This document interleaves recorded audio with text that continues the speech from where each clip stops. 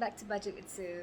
So following on from my last week's video, which was my debt story, today I will explain 5 different debt strategies that you can implement if you want to pay down debt faster. So if that's something that you would be interested in, or it's something that you want to try and implement into your financial journey at this point, please keep watching and let's go! Okay, so this is a copy of the debt reduction calculator that I mentioned in my last week's video. If anyone hasn't seen that yet, I'll link it in the description below and also in the cards and at the end of the video.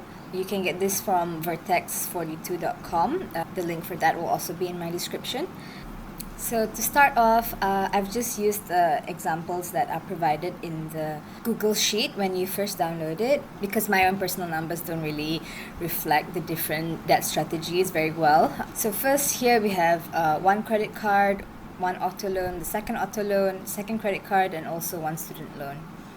So the balance for the first credit card, $4,400 at an interest rate of 13% with a monthly payment of 50. Let's go. Let's just go with ringgit. So the first auto loan at the balance of 3,200 ringgit. Interest rate is 9.81, and also the monthly payment is 30 ringgit. The second auto loan here with a balance of 5,000 ringgit at an interest rate of 12,000 and a monthly payment of 55 ringgit a month. The second credit card sitting at a balance of 9,000 at an interest rate of 13.5% and a monthly payment of 110 ringgit, sorry. And the first student loan is 4,900 ringgit sitting at an interest rate of 4%, and that's a monthly payment of 25 ringgit. So you can see in this balance there is a varying range of balances as well as interest rate, which is good to demonstrate the different kinds of debt strategies that are available. So because the monthly payment is sitting at 270, they've put it at 800 with an initial snowball of 530 ringgit. So this is just an example. Of course, this can be anything you like depending on the numbers you've put in and also your budget, how much you can allocate for additional payments every month. So we're going to start off with the first strategy, the most I think common one. It was the first one that I learned when I was first starting out learning about debt repayment and things like that. So it's the debt snowball, which goes by the lowest balance first. So what's good about this calculator is you can choose different ones and they will automatically reorder this. So when you choose snowball, which is the lowest balance first, for this example it puts auto loan number 1, which has the balance of 3,200, which is the lowest, as first, and the second credit card, which has the highest balance, which is 9,000, as the last. So this is the order of what you will tackle first and foremost, the priority, if you use the debt snowball for this example. So you can see it will take 6 months to pay off auto loan 1 like this, and 1 year 2 months for the second one, and by 3 years and 5 months you would have been finished with card number 2, which is all the debt. And they also show you how much interest you would be paying using this strategy. So what's good is you can play around with the strategies and see which gives you the lowest interest paid overall. If that is what is most important to you, you can go with that strategy. The next strategy actually does focus on the amount of interest paid, which is the debt avalanche method, because it orders the debt priority into the highest interest first. So whatever the balance amount is, you would focus on the one with the highest interest first in order to pay the lowest amount of interest overall if possible. So you can see where the snowball one had over 5,000 ringgit in interest, this one has 4,000 plus. So you can see how changing the priority, where card number 2, which had the highest balance in the debt snowball strategy, is now first because it has the highest amount of interest as seen here, 13.5%. So that's why it's priority number 1. Next is card number 1, priority number 2, which is at 13% interest, and so on and so forth. You can see student loan number 1 at 4,900. It is the last priority because it has the least amount of interest. In that way, you save about 1,000 ringgit of interest paid in total over this whole time, and you also pay it off faster. This is 3 years and 3 months, whereas with the snowball method it was going to take 2 months longer. So it's not that much of a difference, but what really makes a difference is the amount of interest that is being paid. So if that is something that matters to you, you can choose to go with the debt avalanche method instead of the debt snowball method. The benefit of the debt snowball method versus the avalanche method is you get faster wins over time, because as you can see, this has the highest balance. So it will take you 1 year and 4 months to pay off the debt number 1 in this method, whereas with the debt snowball method, in 6 months you would have knocked out one debt. So that gives you like a bit of a momentum, a bit of a push, and an emotional win, so to speak, in order to keep going at it. And it looks and feels good when you can say you've gone down one debt from your total amount of debt. So that's the benefit of the snowball versus the avalanche. And avalanche versus snowball, it would be the amount of interest paid overall. So it really depends on the type of person you are, your own personal finances, your situation, and what you feel motivates you. If what motivates you is having those small wins, the snowball method would be better. But if what motivates you is knowing that you paid less towards interest in the end, then the debt avalanche would be better. Another strategy that you can use with this Google Sheet is what is called a stair stepper. So it's kind of like the best of both worlds between the snowball and the avalanche. So this would be where you group your debt into different groups based on the balance. So say from 0 to 2,500, and then 2,501 to 5,000, and then 5,001 to 7,500, for example. So that's the grouping that they use in this calculator. So when you group those debts like that, within those groups, you would then focus on the highest interest within that group first. I hope I'm making sense. Maybe going through the example of how it is here with you guys would illustrate how it works.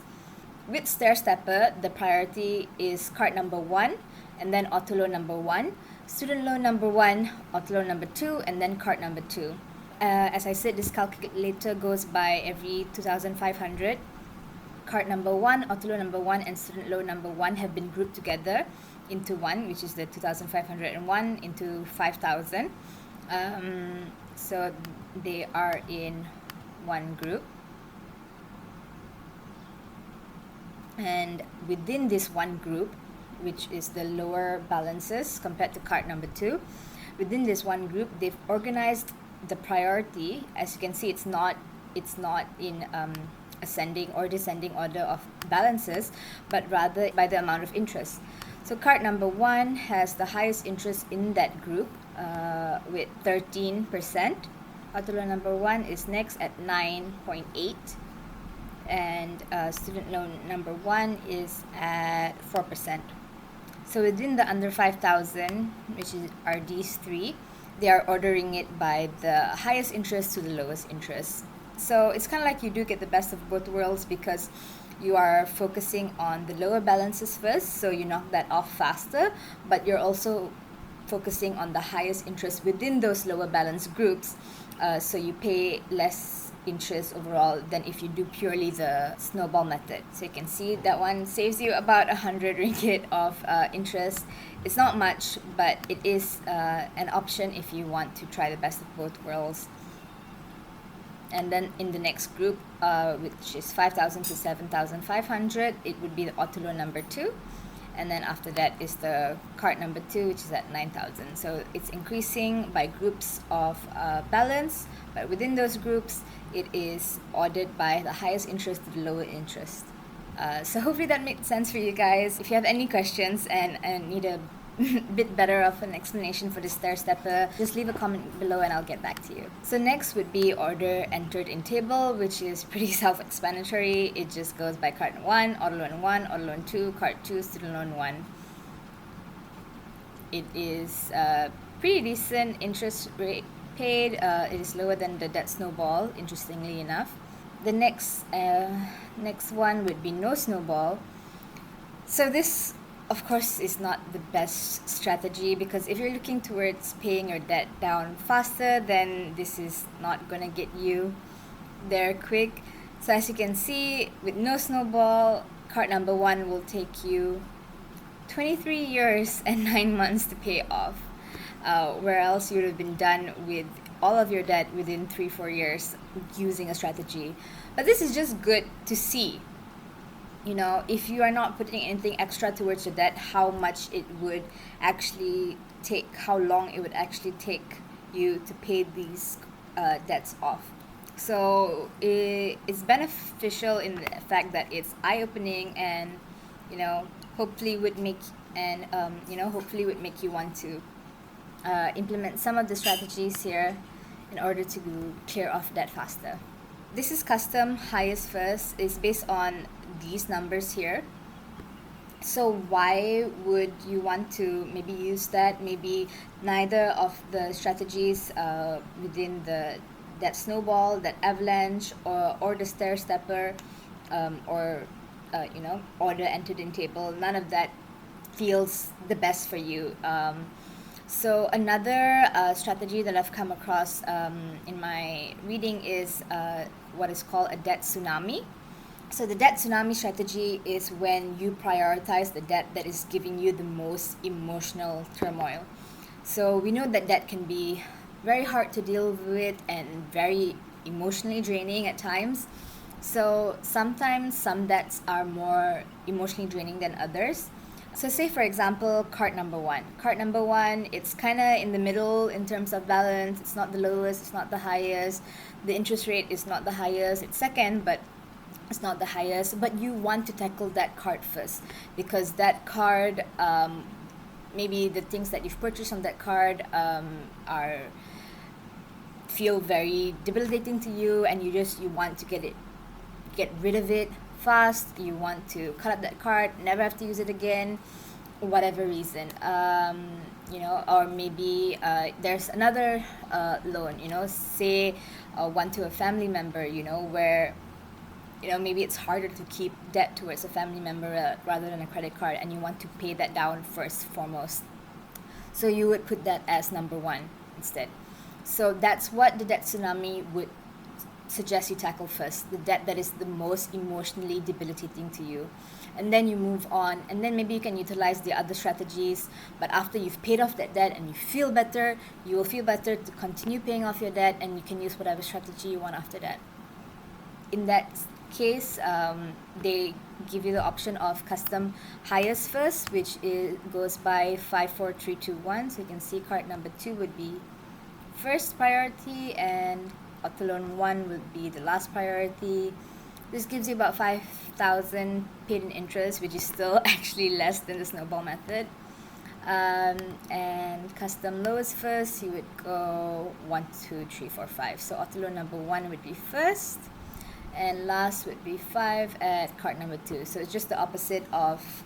So again, this custom bit, you can fill it in however you want, so you are more in charge of which debt gets paid off first, and it's about roughly the same amount of interest paid in total.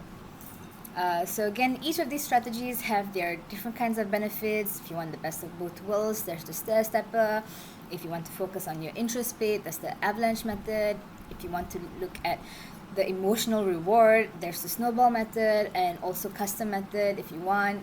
So it's really up to you guys to utilize which kind of strategy based on your own personal goals and your personality as well. That all plays a part in deciding what strategy to use when you're trying to pay off debt. So that was 5 strategies on how to pay down your debt faster. Please comment down below what strategy you would like to implement into your budgeting journey, and I'll see you guys next week. Bye-bye!